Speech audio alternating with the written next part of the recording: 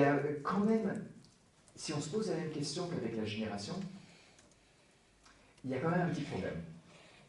Vous vous rappelez, pour les générations, on dit oui, mais attendez, la procession mentale, c'est pas une génération, c'est une pensée. Et il a fallu faire tout ce raisonnement pour dire oui, mais une pensée, c'est aussi un engendrement, c'est aussi une génération. Est-ce que l'Esprit Saint, c'est un amour? Quand on voit l'Esprit Saint dans la révélation, c'est un souffle. C'est pour ça qu'on dit qu'il est spiré. Ça ne marche pas très très bien. Vous voyez, de dire on va utiliser la deuxième procession mentale pour comprendre l'Esprit Saint. Déjà, la première, ce n'était pas évident. Mais on a compris que proférer, penser, dire, tout ça, c'était des engendrements. Donc. Mais comment est-ce que aimer, ça peut être rapproché de...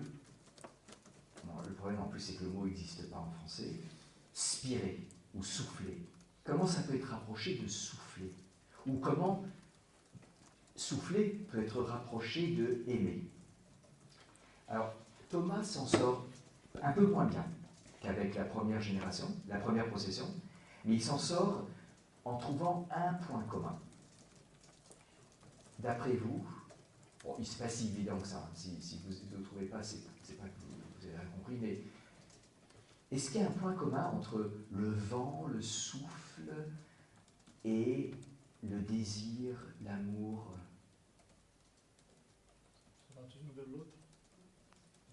Alors, le vent va toujours vers l'autre. Le souffle peut si tu souffles sur quelqu'un, mais c'est rare que tu souffles sur les gens. Jésus le fait. Oui, oui. Alors, Valérie dit c'est pas stable. On pourrait dire plus positivement, il y a un mouvement.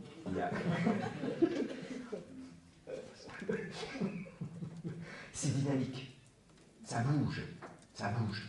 Ça bouge. Et Thomas dit ça. Il dit, de fait, c'est pas vraiment exactement la même chose. Et puis, dans un sens, ça le catastrophe. Il n'est pas catastrophé parce que ça reste une image. Il est en train de travailler avec une image. Donc, de toute façon, ça ne peut pas marcher à 100%. Mais c'est pas catastrophique parce que, bon, d'abord pour ça, mais en plus, il y a quand même un point commun. C'est qu'il y a un mouvement. Il y a un mouvement. Donc, ça veut dire que Dieu, on comprend mieux en Dieu qu'il y a un engendrement intérieur qui est aussi une pensée ou une diction intérieure ou une expression intérieure, et il y a en Dieu un sentiment, un sentiment, une mise en mouvement intérieur qui est amour et qui bouge à l'intérieur de Dieu, sans espace et sans temps. Ça n'existe pas. Donc ça n'existe pas en dehors de Dieu. Et de fait, Thomas n'aime pas le mot bouger, il préfère le mot dynamisme, qui d'ailleurs, de nouveau, dans la Bible, un des noms de l'Esprit Saint, c'est dynamis. Dynamis. Vous voyez, Thomas rarement justifie le fait que ce qu'il dit est biblique, parce qu'il considère que c'est évident. Normalement, on doit le savoir.